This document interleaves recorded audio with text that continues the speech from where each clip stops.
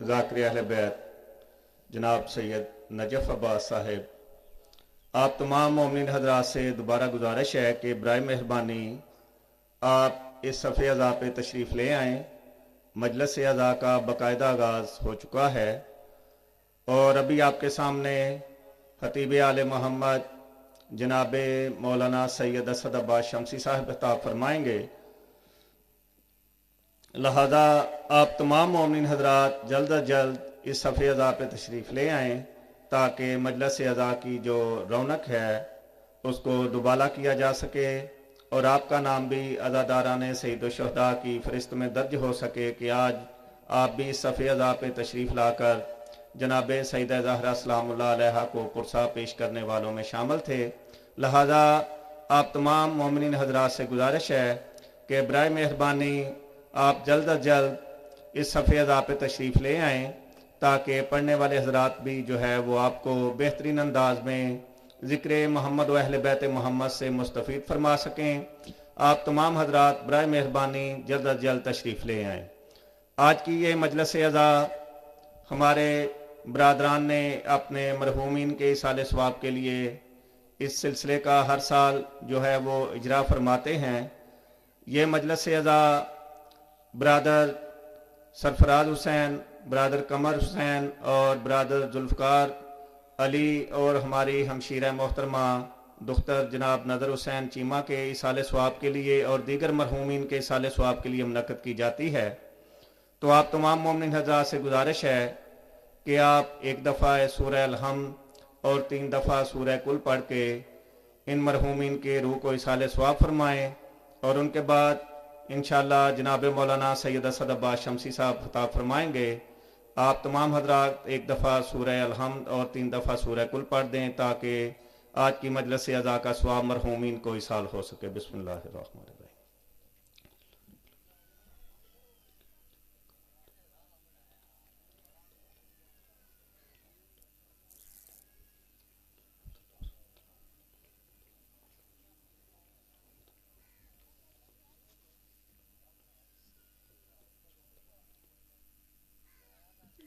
دعا ہے کہ خداوند متعال بحق محمد و اہل بیت محمد سورہ مبارکہ کا ثواب اور آج کے اس پورے سلسلہ اعضاء کا ثواب جن مرحومین کے ایصال ثواب کے لیے کیا گیا ہے ان کی روح کو ایصال فرمائے، ان کو جوار شہزادہ علی اکبر میں جگہ عطا فرمائے، ان کو عزاداران سید الشہداء میں شمار کرے اور ان کے علاوہ ہمارے ملک بھر میں جتنے بھی شہدائے تشیع ہیں، ہمارے علماء کرام ہیں، ذاکرین ہیں، ڈاکٹر ہیں، انجینئرز ہیں، دیگر مومنین جو کہ شہید ہو چکے ہیں، دعا ہے کہ اللہ تعالیٰ ان کے درجات میں بھی بلندی عطا فرمائے اور ان کے لواحقین کو صبر جمیل و اجر جزیل عطا فرمائے۔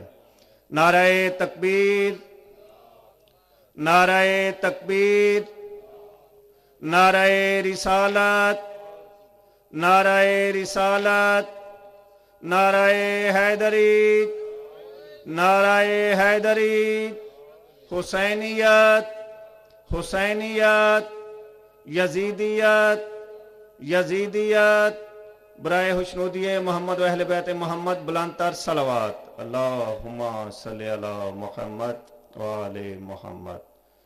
کروں گا بات ہمیشہ حدود کے اندر، کروں گا بات ہمیشہ حدود کے اندر کہ دین بند ہو جیسے درود کے اندر، کروں گا بات ہمیشہ حدود کے اندر کہ دین بند ہو جیسے درود کے اندر، علی کے نعرے ہمیشہ وہی لگاتا ہے، حلالی ہون ہو جس کے وجود کے اندر، نعرہ حیدری۔ گزارش کروں گا جناب مولانا سید اسد عباس شمسی صاحب سے کہ وہ آئیں اور مومنین کے قلوب کو ذکر محمد و اہل بیت محمد سے منور فرمائیں۔ جناب مولانا سید اسد عباس شمسی صاحب۔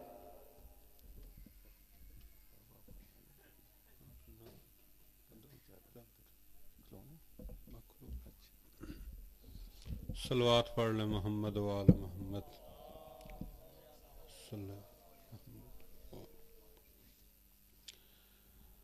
أعوذ بالله السميع العليم من الشيطان اللعين الرجيم بسم الله الرحمن الرحيم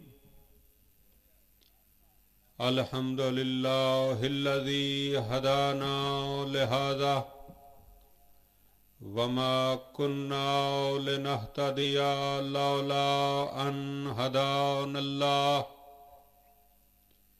لقد جاءت رسل ربنا بالحق الصلاة والسلام والتحية والإكرام على النبي الأمي الخاتم لما سبق والفاتح لمن غلق والمعلن الحق بالحق سيدنا ونبينا أبي القاسم محمد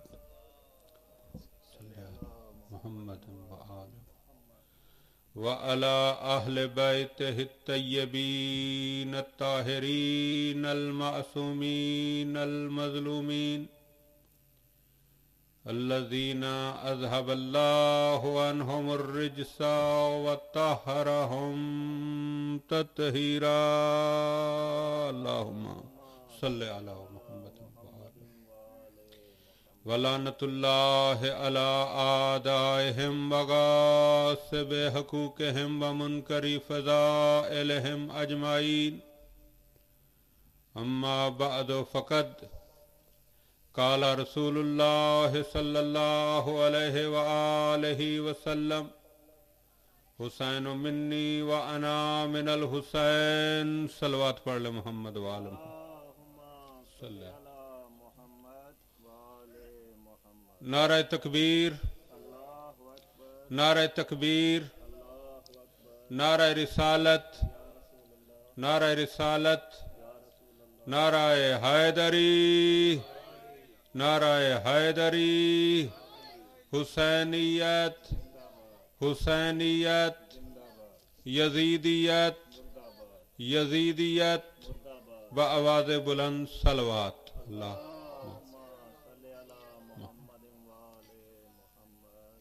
حاضرین محترم ابتدائی مجلس میں دعا ہے کہ خداوند عالم بتصدق چہاردہ معصومین بانیان مجلس کا اس مقام پر صف ادا بچھانا اپنی بارگاہ میں قبول و منظور فرمائے جن جن مرحومین کے لیے کہ ایصال ثواب کے لیے یہ سلسلہ برپا کیا گیا ہے محمد و آل محمد کے صدقے میں اللہ ان تمام مرحومین کے درجات میں بلندیاں عطا فرمائے ان کے حسنات میں اضافہ فرمائے اور انہیں جوار معصومین علیہم السلام میں جگہ نصیب فرمائے بانیان مجلس کو صحت و سلامتی عطا فرمائے ہمارے جو مومنین عزاداران امام مظلوم تشریف لا چکے ہیں اور لا رہے ہیں خداوند عالم ان سب کو صحت و سلامتی عطا فرمائے اور اس مقام پر حاضری دینے والے ڈیوٹی دینے والے اور ذکر محمد و آل محمد کرنے والے سب صاحبان کو صحت و سلامتی کے ساتھ ساتھ حق کہنے اور حق بیان کرنے اور حق پر عمل کرنے کی توفیق عطا فرمائے اس سلسلہ غم کے وارث حضرت امام زمانہ علیہ السلام کے ظہور میں تعجیل فرمائے ان تمام دعاؤں کی قبولیت کے لیے ایک بار بلند آواز سے صلوات پڑھ لیجیے اللہ صلی علی محمد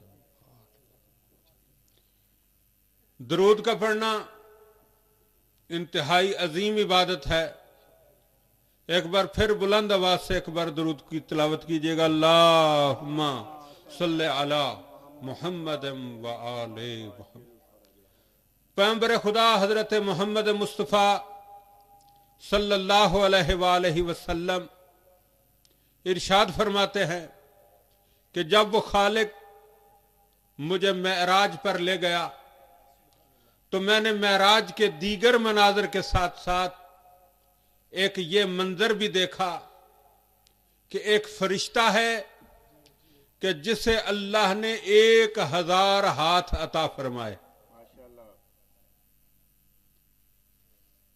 1000 ہاتھ ہیں فرشتے کے, اور میں نے دیکھا کہ اس کے ہر ہاتھ میں 1000 انگلی ہے, اور اس کی ہر انگلی میں 1000 پورا ہے.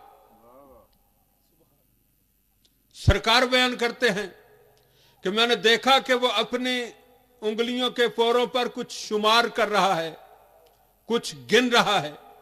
سرکار فرماتے میں قریب ہوا, میں نے کہا ملک مقرب, اللہ نے تیری کیا ڈیوٹی لگائی ہے, تیرے ذمے کیا فریضہ لگایا ہے کہ جسے تو یہ شمار کر رہا ہے.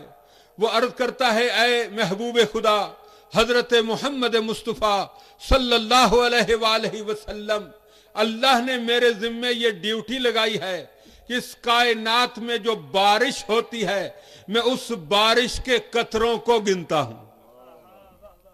ہے توجہ, میں اس بارش کے قطروں کو شمار کرتا ہوں. اب حاضرین یہاں پر تصور کیجئے کہ بارش اس دنیا میں ایک جگہ نہیں ہوتی.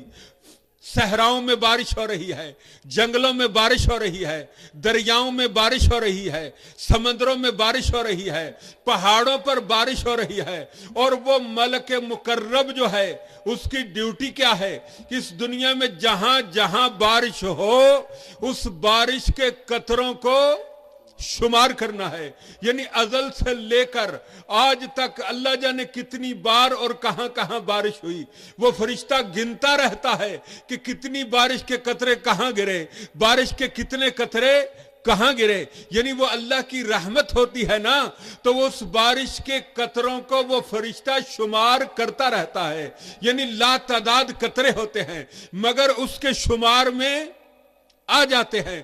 سرکار فرماتے میں نے اس سے سوال کیا کہ ذرا یہ تو بتا کہ اس کائنات میں کوئی ایسی چیز بھی ہے جسے تو گن نہ سکتا ہو, جسے تو شمار نہ کر سکتا ہو. تو وہ عرض کرتا ہے جی ہاں یا رسول اللہ, میں اس کائنات کی ہر چیز کو گن سکتا ہوں مگر صرف ایک چیز ایسی ہے کہ جسے میں گن نہیں سکتا. میں نے پوچھا بتا تو صحیح وہ کون سی چیز ہے. تو وہ عرض کرتا ہے یا رسول اللہ, اگر آپ کی امت کے چند افراد ایک جگہ پر بیٹھ جاتے ہیں اور پھر خلوص کے ساتھ آپ پر اور آپ کی آل پر درود بھیجتے ہیں تو اس کے بدلے میں اللہ انہیں جو ثواب عطا کرتا ہے میں اس ثواب کو شمار نہیں کر سکتا.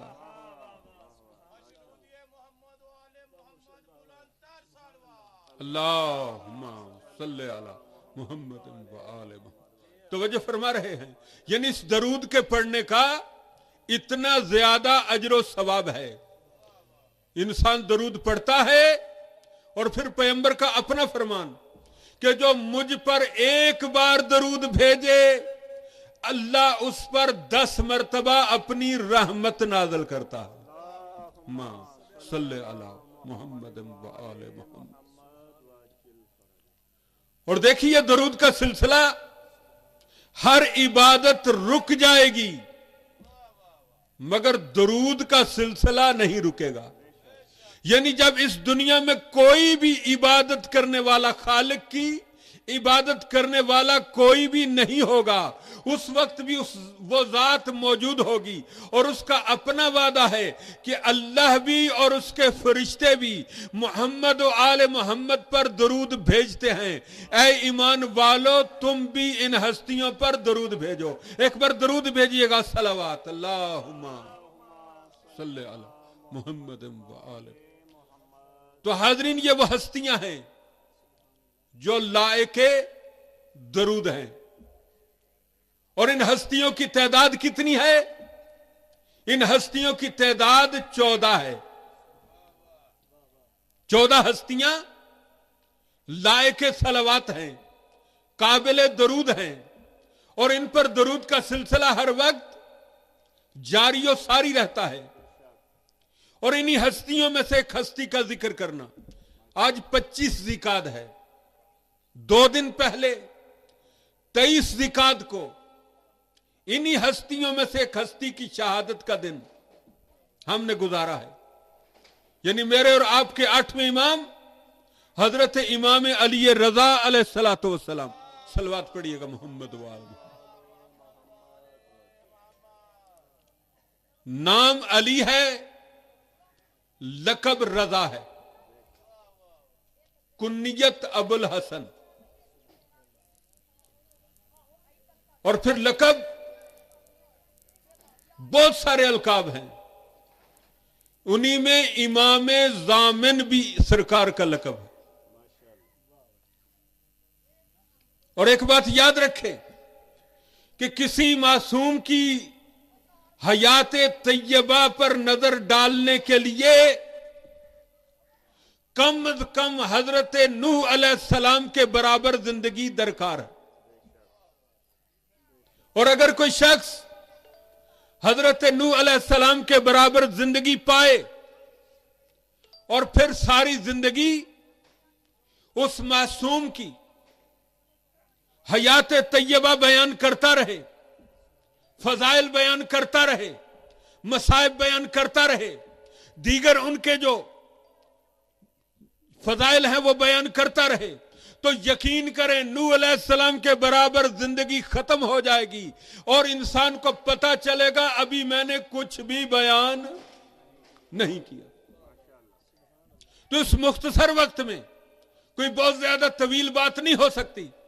صرف چند اشارے ہوتے ہیں جو خطیب حضرات آ کر معصوم کے حوالے سے ہمارے سامنے پیش کر دیتے ہیں. ورنہ ان پاک ہستیوں کے کیا فضائل ہیں، ان کے فضائل یا یہ خود جانتی ہیں یا ان کا خالق جانتا ہے.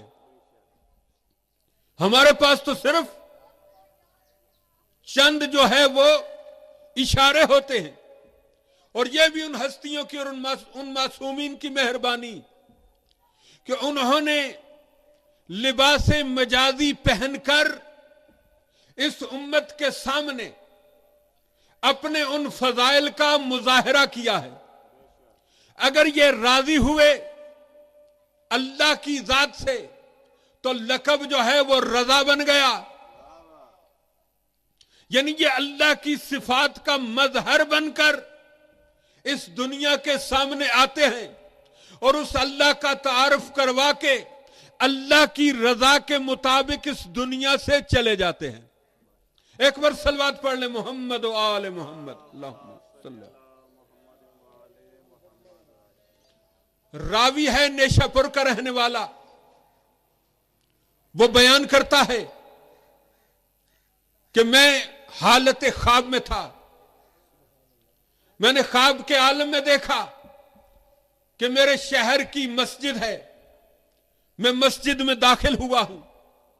جب میں مسجد میں داخل ہوا میں نے کیا دیکھا کہ مسجد کے منبر پر کائنات کے رسول تشریف فرما. یہ خواب دیکھ رہا اور اپنا خواب بیان کر رہا. کہتے جب میں نے اللہ کے رسول کو دیکھا میں خوشی کے عالم میں آگے بڑھا. آگے بڑھ کے میں نے سرکار کو سلام کیا. جب میں نے سرکار کو سلام کیا سرکار نے سلام کا جواب عطا فرمایا. سرکار کے قریب ہی ایک تشت تھا جو ڈھکا ہوا تھا رومال سے. سرکار کا ہاتھ اس تشت کے اندر گیا، ہاتھ باہر آیا. سرکار نے مجھے اشارے سے کہا کہ اپنی ہتھیلیاں میرے سامنے پھیلا دو. توجہ ہے، پھیلا دو. میں نے سرکار کے سامنے اپنی ہتھیلیاں پھیلا دی. سرکار نے اپنی مٹھی کو میری ہتھیلیوں پر منتقل کر دیا. جب وہ مٹھی منتقل ہوئی میں نے دیکھا کہ میرے ہاتھوں پر کھجوریں ہیں. میں نے ان کھجوروں کو گنا شمار کیا.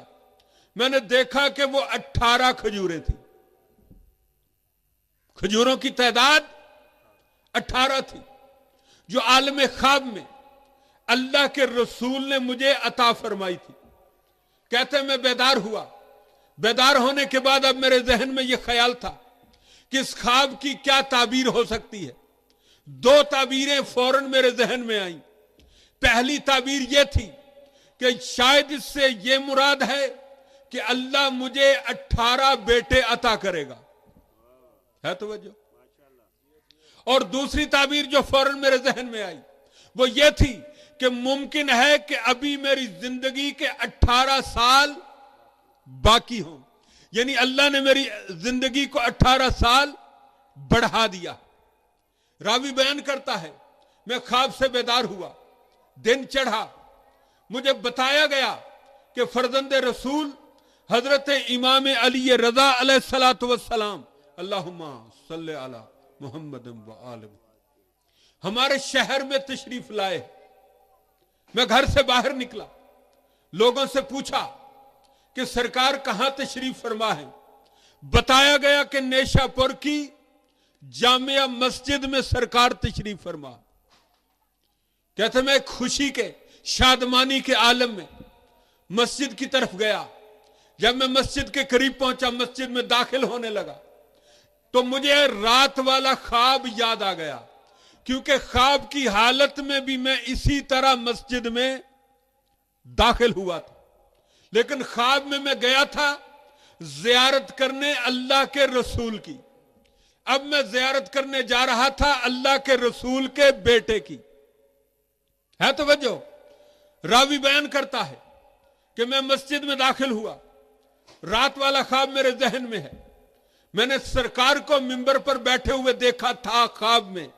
جب میں اندر داخل ہوا تو میں نے بالکل وہی منظر دیکھا.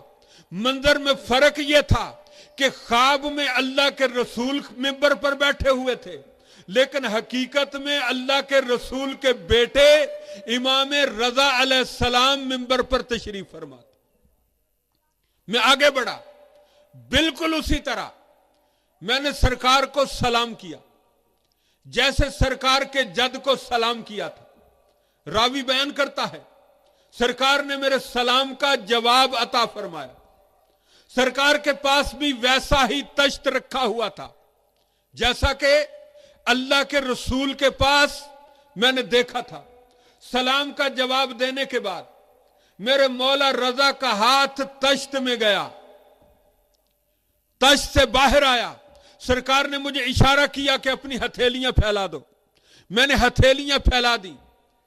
اللہ کے رسول کے بیٹے نے وہ مٹھی جو تشت سے بھری تھی میری ہتھیلیوں پر منتقل کر دی. میں نے دیکھا وہ کھجوریں تھیں. مجھے خواب یاد تھا. میں نے جلدی سے ان کھجوروں کو گنا, کیونکہ رات کو میں گن چکا تھا کہ 18 کھجوریں ہیں. لہذا میں نے جلدی سے ان کھجوروں کو گنا. میں نے کیا دیکھا کہ جو اللہ کے رسول نے کھجوریں دی تھی وہ بھی 18 تھیں, اور جو امام رضا نے کھجوریں عطا فرمائی تھیں وہ بھی 18 تھیں. 18 کھجوریں آ گئیں. میں نے عرض کی اے اللہ کے رسول کے بیٹے, آپ مجھے کچھ زیادہ عطا فرما دیتے. تو سرکار امام رضا نے فرمایا اے میرے صحابی, اگر میرے جد تجھے زیادہ عطا کرتے تو میں بھی زیادہ عطا کر دیتا, کیونکہ میرے جد نے تجھے 18 ہی کھجوریں عطا کی تھی. لہذا ہم نے بھی تجھے 18 ہی کھجوریں عطا کی. صلوات پڑھیے گا محمد و آل محمد. تو حاضرین, یہ ہے وہ امام رضا علیہ السلام کہ جن سے خود معصوم نے فرمایا کہ جن سے اپنے بھی راضی تھے, جن سے غیر بھی راضی تھے.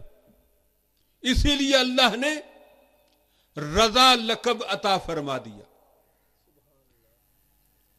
اب کیونکہ بارش کا موسم اور اسی حوالے سے امام کا تذکرہ کرتا جاؤں,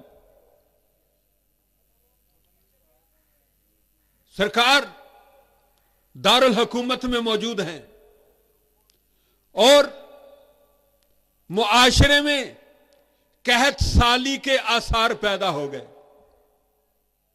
کافی عرصے سے بارش نہیں ہوئی اور لوگ کیا چاہتے ہیں کہ بارش ہو جائے تاکہ جو ہے وہ قحط سالی معاشرے پر طاری نہ ہو. دنیا دعائیں کر رہی ہے اور دیگر علماء کے پاس جا کر درخواستیں کی جا رہی. انہی حالات میں ایک عیسائی راہب شہر میں آ جاتا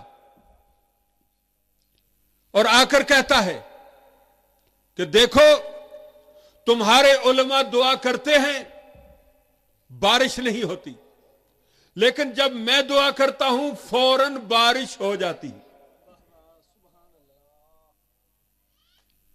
عیسائی ہے، کہتا جب میں دعا کرتا ہوں بارش ہو جاتی، اور واقعی اس نے اس طرح کر کے بھی دکھایا کہ جیسے ہی وہ اپنے ہاتھوں کو دعا کے لیے اٹھاتا ہے فوراً بادل آ جاتے ہیں اور بارش جو ہے وہ برسنے لگتی ہے۔ جب وہ اپنے ہاتھوں کو بند کر لیتا ہے بادل فوراً ہی چلے جاتے ہیں۔ ایک بار ہوا، دو بار ہوا، تین بار ہوا، مسلمانوں کے علماء نے جا کے دعا کی، بارش نہیں ہوئی۔ عیسائی نے ہاتھوں کو بلند کیا، فوراً بادل جو ہے وہ گرجتے ہوئے آئے اور بارش برس گئی۔ اب ہوا کیا؟ کچے عقیدے کے جو مسلمان تھے انہوں نے عیسائی مذہب کی طرف جانا شروع کر دیا اور یہ کہنا شروع کر دیا کہ اگر خدا نخواستہ نعوذ باللہ اسلام سچا مذہب ہوتا تو اس کے جو پیروکار تھے، اس کے جو ماننے والے تھے، ان کی دعا بھی اللہ سن لیتا۔ لہذا کئی مسلمان جو کچے عقیدے کے تھے، یاد رکھیے انسان کو کبھی اپنا عقیدہ نہیں چھوڑنا چاہیے۔ اسی لیے ضروری ہے کہ جب انسان عقیدہ اختیار کرے تو دلیل کے ساتھ عقیدہ اختیار کرے۔ جو عقیدہ بغیر دلیل کے اختیار کیا جائے، جب دشمن سامنے دلیل لے کے آتا ہے تو انسان کا عقیدہ کمزور ہو جاتا۔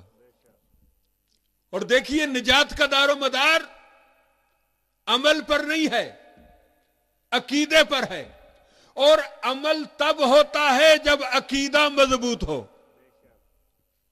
عقیدہ کہتے ہیں جڑ کو۔ جب کسی درخت کی جڑ مضبوط ہوگی تو یقیناً اس کی شاخیں بھی ہری بھری نظر آئیں گی، اس پر پھل اور پھول بھی لگتے ہوئے نظر آئیں گے۔ اگر کسی درخت پر پھل اور پھول نظر نہ آئے تو سمجھ لو اس کی جڑ نہیں ہے توجہ۔ اور اگر تمہیں کوئی مسلمان بد عمل نظر آئے، نماز روزے حج زکات سے دور نظر آئے، تو سمجھ لو اس کا عقیدہ ہی درست نہیں ہے۔ اگر اس کا عقیدہ درست ہوتا، جڑ مضبوط ہوتی، تو پھر تمہیں ہری بھری شاخیں بھی نظر آتی، یعنی وہ عمل اس میں یقیناً نظر آ جاتا۔ تو اب کیونکہ ان مسلمانوں کا عقیدہ بغیر دلیل کے تھا، لہذا انہوں نے عیسائی مذہب کو اختیار کر لیا، قبول کر لیا۔ جب یہ عیسائی مذہب قبول کر چکے اور اسلام پر ایک مشکل بن گئی، اسلام پر مشکل بنی کہ مسلمان عیسائی ہونے لگے۔ جب یہ مشکل بنی ہے تو اس وقت امت اسی دروازے پر آئی جسے اللہ نے مشکل کشا بنا کر بھیجا تھا، اور وہ دروازہ ہمارے امام کا دروازہ تھا، یعنی حضرت امام علی رضا علیہ الصلوۃ والسلام۔ اللہم صلی علی محمد۔ دنیا آ گئی فرزند رسول، آپ کے جد کی امت پر مشکل بن گئی۔ وہ عیسائی ہے، وہ دعا کرتا ہے بارش ہو جاتی ہے، اور ہمارے علماء جو ہیں وہ دعا کرتے ہیں بارش نہیں ہوتی، مشکل بن گئی، اور کچے عقیدے کے مسلمان عیسائی ہونے لگے۔ سرکار بڑی مشکل ہے، مشکل کشائی کیجئے۔ امام فرماتے ہیں کوئی پریشانی والی بات نہیں ہے، ہم آئیں گے اور تمہاری مشکل کو حل کر دیں گے۔ جب اس عیسائی نے، آج بھی آپ دیکھیں مختلف جگہوں پر اس طرح کے مظاہرے ہوتے ہیں، اور کچے عقیدے کے مسلمانوں کو کہ عقیدوں کو مزید کمزور کیا جاتا ہے، کبھی دعا کے ذریعے، کبھی دیگر ہیلوں بہانوں کے ذریعے۔ یاد رکھیے جب انسان کا عقیدہ مضبوط ہوگا تو وہ کبھی بھی اپنے عقیدے سے ہٹے گا نہیں۔ فرمایا اب جب وہ اپنا مظاہرہ کرے تو ہمیں بھی بتا دیا جائے۔ امام بنفس نفیس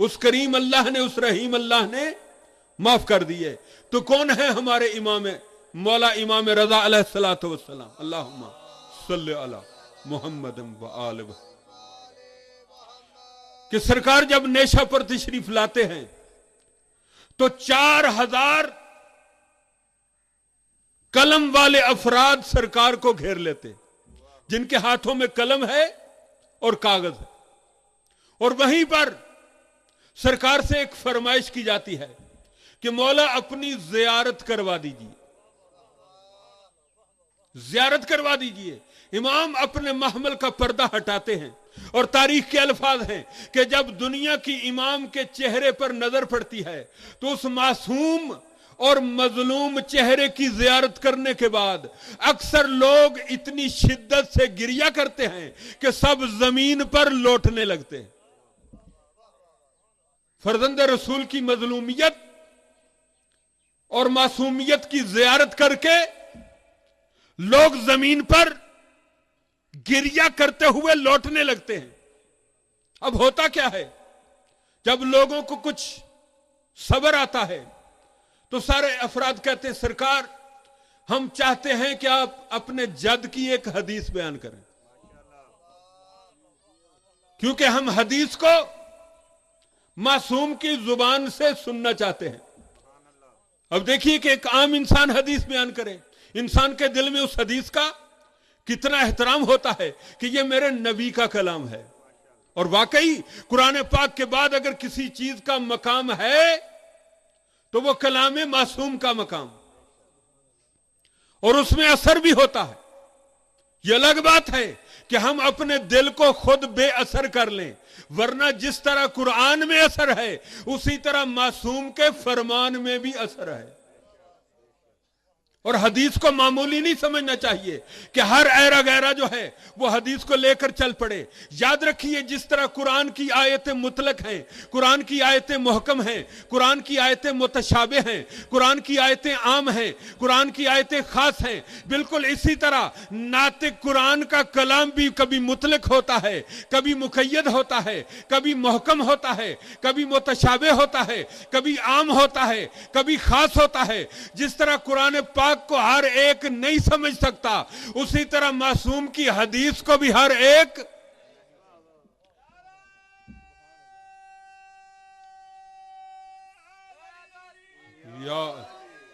نہیں سمجھ سکتا، کیونکہ وہ قرآن صامت ہے، یہ قرآن ناطق ہے. تب معصوم سے، قرآن ناطق سے یہ سوال کیا جاتا ہے کہ اپنے جد کا کوئی فرمان سنا دیجیے. تو وہاں پر امام کیا فرماتے ہیں؟ امام نے ایک سند بیان کی. اب پڑھے لکھے صاحبان جانتے ہیں کہ یہ سند کیا ہوتی ہے. سند ہوتی ہے کہ مجھ سے فلاں نے بیان کیا، ان سے فلاں نے بیان کیا، ان سے فلاں نے بیان کیا، یعنی افراد کے نام ہوتے ہیں.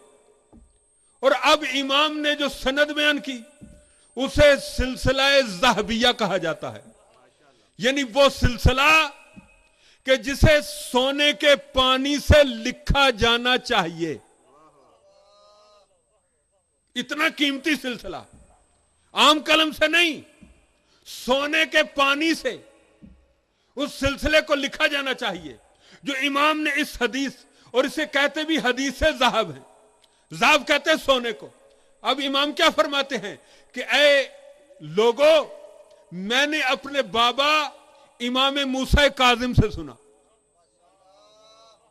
انہوں نے اپنے بابا امام جعفر صادق سے سنا، انہوں نے اپنے بابا امام محمد باقر سے سنا، انہوں نے اپنے بابا امام علی زین العابدین سے سنا، انہوں نے اپنے بابا امام سید الشہداء امام حسین علیہ السلام سے سنا، انہوں نے اپنے بھائی حضرت امام حسن مجتبیٰ سے سنا، انہوں نے اپنے بابا امام علی مرتضیٰ سے سنا، اور انہوں نے کائنات کے رسول حضرت محمد مصطفیٰ صلی اللہ علیہ وآلہ وسلم سے سنا. صلوات پڑھیے گا محمد و آل محمد صلی اللہ.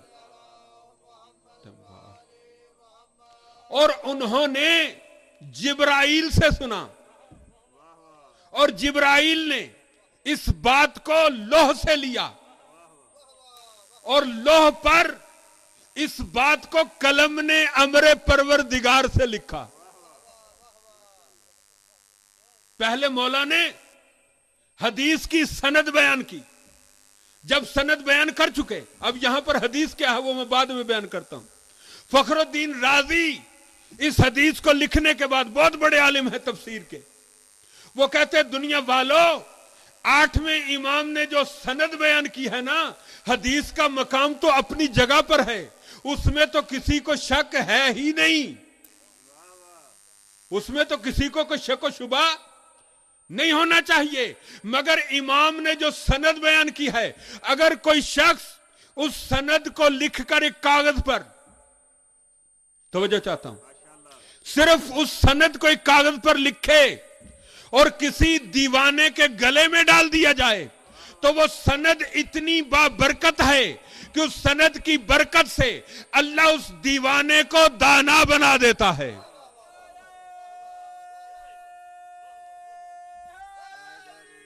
یا علی, توجہ فرما رہے ہیں.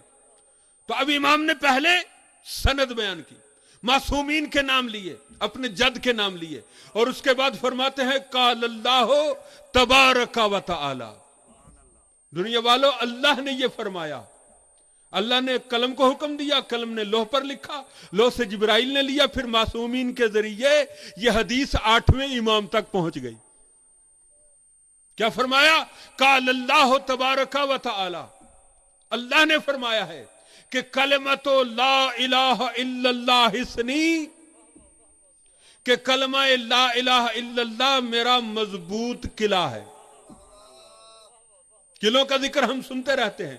قلعہ کس لیے بنایا جاتا ہے؟ حفاظت کے لیے, کہ جو اس قلعے میں آ جائے وہ مختلف خطروں سے محفوظ ہو جاتا ہے, بچ جاتا ہے. تو امام فرما رہے ہیں کہ وہ اللہ اعلان کر رہا ہے کہ لا الہ الا اللہ میرا قلعہ ہے. من قالا لا الہ الا اللہ, جس شخص نے لا الہ الا اللہ پڑھ لیا, داخلہ حصنی, وہ میرے قلعے میں داخل ہو گیا. من داخلہ حصنی, اور جو میرے قلعے میں داخل ہو گیا, آمن عذابی, وہ میرے عذاب سے بچ گیا. عذاب سے بچ گیا یعنی جنت میں چلا گیا. امام نے اتنا جملہ فرمایا اور 4000 قلم والے افراد نے وہ جملہ جو تھا وہ تحریر کر لی. امام نے امت کو سوچنے کا موقع دیا, اور واقعی سوچنے والوں نے سوچا. آج سوچنے پر پابندی لگانے والے اللہ جانے بار بار کیوں کہتے ہیں کہ نہیں سوچنا چاہیے. قرآن کہہ رہا ہے سوچو, سوچو گے تو آگے بڑھو گے, اگر سوچو گے نہیں تو اپنی جگہ پر رہ جاؤ گے. اور معصوم خود سوچنے کا موقع عطا کر رہے ہیں. اب لوگوں نے سوچنا شروع کیا کہ صرف لا الہ الا اللہ پڑھنا ہے, صرف لا الہ الا اللہ. ایک دوسرے سے پوچھ رہے ہیں امام نے کیا کہہ دیا. ارے اتنی زبردست اور اتنی معتبر سند بیان کی اتنے معصومین سے, اور پھر وہ خالق کا پیغام ہم تک پہنچا. اور جملہ کیا ہے کہ جو لا الہ الا اللہ پڑھ لے اس کے لیے جنت ہے, یعنی اسے کچھ کرنے کی ضرورت نہیں ہے. امام نے جب ایک بار جھنجھوڑا نا ذہن کو, سوچنے کا موقع دیا, امام چند قدم چلے, لوگ ساتھ ساتھ ہیں. امام نے ایک بار پھر اپنے محمل کے پردے کو ہٹا دیا. دنیا پھر لکھنے کے لیے متوجہ ہو گئی. جب دنیا متوجہ ہوئی تو امام نے فرمایا بل ولکن شرطہا و شروطہا, دیکھو صرف لا الہ الا اللہ پڑھنے سے تم جنت نہیں جاؤ گے, اس کی کچھ شرطیں ہیں, کچھ شروط ہیں. یعنی ہر چیز کی کچھ شرطیں ہوتی ہیں, وہ شرطیں پوری ہوں تو وہ عمل مکمل ہوتا ہے. اور ساتھ ہی امام فرماتے ہیں وَأَنَا مِن شُرُوطِهَا, یاد رکھو لا الہ الا اللہ پڑھنے کی جو شرطیں ہیں ان میں سے ایک شرط میں امام علی رضا بھی ہوں. کیا مطلب کہ دنیا ساری لا الہ الا اللہ پڑھتی رہے مگر ہم آل محمد کی محبت و ولایت کو قبول نہ کرے، ان کا لا الہ الا اللہ پڑھنا بالکل فضول ہے۔ یعنی لا الہ الا اللہ پڑھنے کا فائدہ کب ہے؟ وہ کب جنت میں لے جائے گا؟ جب ان کی محبت و ولایت ساتھ ہوگی۔ اگر صرف کلمہ پڑھتا رہے، اسی لیے شاعر نے کہا کہ لا الہ تو پڑھ لیا اب لے مزہ تاثیر کا۔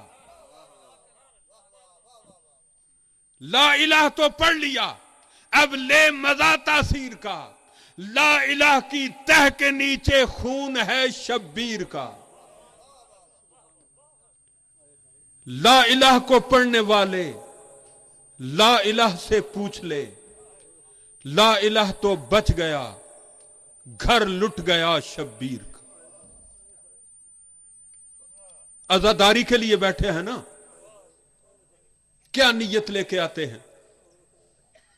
یقین کریں مخلص عزادار کی نظر میں صرف ایک نیت ہوتی ہے کہ میں نے اس ماں کو جس نے چکیاں پیس پیس کر پالا تھا، اس ماں کو میں نے چند آنسو بہا کے راضی کرنا۔ کیونکہ مومن کے یہ آنسو معمولی قدر و قیمت کے نہیں ہیں۔ معصوم کا اپنا فرمان ہے کہ جب کوئی ہمارے غم میں آ کے روتا ہے اور ہمارے امر کو زندہ کیا جاتا ہے تو وہ آنسو ہمارے زخموں کے لیے مرہم بن جاتے ہیں۔ اجرکم اللہ، سوائے مولا حسین کے کوئی غم نہ دیکھو۔ میں نے 8ویں امام علیہ السلام کا ذکر کیا ہے اور میرا جی چاہ رہا ہے کہ عزاداری کے حوالے سے امام ہی کا تذکرہ کروں کہ اس امام کو عزاداری کتنی پسند تھی اور امام کتنی حسرت سے عزاداری کیا کرتے تھے۔ 8ویں امام 23 ذیقعدہ کو 2 دن پہلے ہم نے امام کی شہادت منائی، اسی امام کا ذکر کرنا چاہ رہا ہوں۔ راوی بیان کرتا ہے 1 سال میں 1 محرم کو امام کی زیارت کے لیے گیا۔ چاند محرم کا طلوع ہو چکا تھا، میں امام کی زیارت کے لیے گیا۔ میں نے جا کے کیا دیکھا؟ امام کے لباس کا رنگ بدل چکا ہے، گریبان چاک ہے، آستینیں چڑھی ہوئی ہیں، امامہ سر پہ نہیں ہے، امام کا رخ کربلا کی طرف ہے، اور 1 محرم کو امام مسلسل گریہ کر رہے ہیں۔ جب امام کے گریہ میں افاقہ ہوا، میں نے عرض کی مولا اس طرح کی کیفیت میں نے کبھی آپ کی نہیں دیکھی، اس چاند میں کیا خاصیت ہے کہ اس چاند کو دیکھتے ہی آپ کی کیفیت بدل گئی؟ امام فرماتے ہیں دنیا والوں کو کیا پتا کہ اس چاند میں ہم آل محمد پر کیا گزر گئی۔ مولا کیا ہوا بیان کیجئے۔ دیکھیے ہمیں ضرورت ہوتی ہے کوئی پڑھے اور ہم روئیں، امام رضا کو کسی پڑھنے والے کی ضرورت نہیں ہے۔ امام تو بس چاند کو دیکھتے ہیں، سارے مناظر جو ہیں امام کے سامنے آ جاتے ہیں۔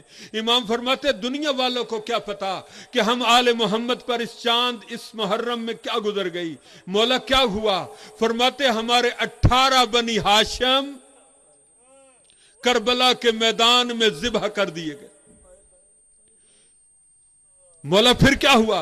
امام فرماتے ہیں یہیں تک بات رک جاتی ہم نہ روتے، مگر ظالم امت نے کیا کیا؟ صرف ہمارے جوانوں کو، ہمارے بزرگوں کو، ہمارے بچوں کو شہید نہیں کیا، ان کی شہادت کے بعد ہماری خواتین کو بے مکنا و چادر کر کے درباروں اور بازاروں میں پھرایا گیا۔ اجرکم اللہ، سوائے غم حسین کے کوئی غم نہ دیکھو۔ بات کو مکمل کر رہا ہوں، چند جملے میں نے مصائب کے حوالے سے مزید کہنے ہیں، امام رضا ہی کے حوالے سے کہ 8ویں امام کو زہر مل چکی تھی۔ راوی کا نام ہے ابن شبیب، وہ بیان کرتے ہیں کہ میں نے کیا دیکھا کہ امام اپنے بستر پر کروٹیں بدل رہے، زہر کے اثرات امام پر ظاہر ہو رہے تھے اور امام اپنے بستر پر اس طرح کروٹ بدل رہے تھے. بے چینی اور بے قراری کا عالم تھا. امام کی بے چینی اور بے قراری کو دیکھ کر ابن شبیب کہتے میں بے اختیار رونے لگا. امام نے جب میرے رونے کی آواز سنی فرماتے ابن شبیب کیوں روتا ہے؟ میں نے عرض کی مولا آپ کی غربت پر رونا آ رہا ہے. ابن شبیب کیا کہنا چاہتے ہو؟ کیا مطلب غربت؟ میں نے عرض کی مولا جتنے بھی امام شہید ہوئے ہیں ان کے پاس کوئی نہ کوئی بیٹا کوئی نہ کوئی بھائی موجود تھا، لیکن میرے مولا آپ کی مظلومیت ہے، آپ کی غربت ہے کہ آپ تنہا اس دنیا سے جا رہے ہیں، نہ آپ کے پاس بیٹا ہے نہ آپ کا بھائی ہے. امام نے یہ جملہ سنا. امام فرماتے ہیں یبن شبیب ان کنت باقین علی شیئن فابکی علی جدی الغریب. اے ابن شبیب اگر تجھے کسی پردیسی پر رونا آ جائے، ارے اس پر رونے سے پہلے میرے غریب جد حسین پر رونا، کیونکہ سب سے زیادہ غریب میرے جد حسین تھے.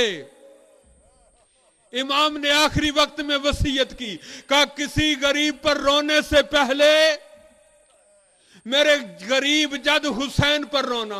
بس عزادارو امام رضا نے دنیا والوں کو بتا دیا. زیارت میں پڑھتے ہیں السلام علیکہ یا غریب الغربا. پہلے امام کو غریب الغربا نہیں کہتے، دوسرے امام کو غریب الغربا نہیں کہتے، تیسرے امام کو غریب الغربا نہیں کہتے. غریب الغربا کہتے ہیں 8ویں امام کو. اور اس کی وجہ یہی ہے کہ امام تنہا شہید ہوئے، نہ پاس بھائی تھا نہ بیٹا تھا.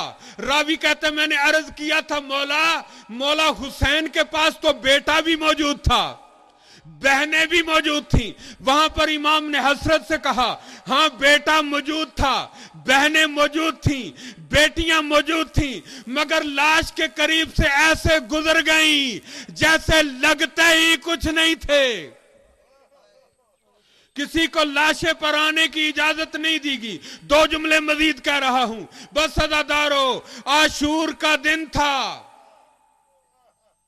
تلہ زینبیہ پر بی بی موجود تھی. ایک بار جناب فضہ نے ایک منظر دیکھا، دوڑ کے آئی اور آ کے کہا اے شریکت الحسین بیٹی، اے شریکت الحسین بی بی، میں دیکھ کے آئی ہوں لشکر یزید اپنے گھوڑوں کی نئی نال بندی کر رہا ہے، یعنی ان کے لوہے کے سموں کو تبدیل کیا جا رہا ہے.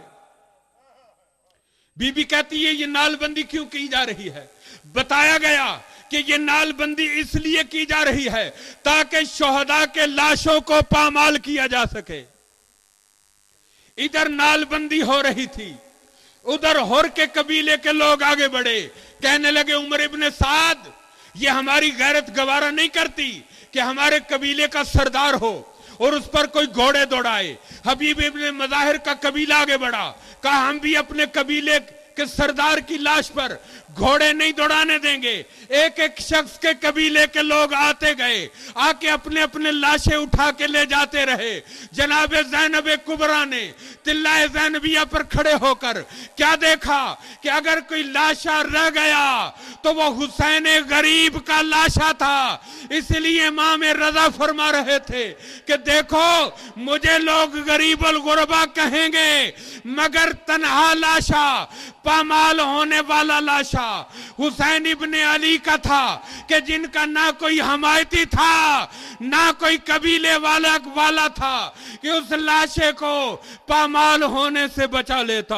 اللہ لعنت اللہ قوم الظالمین.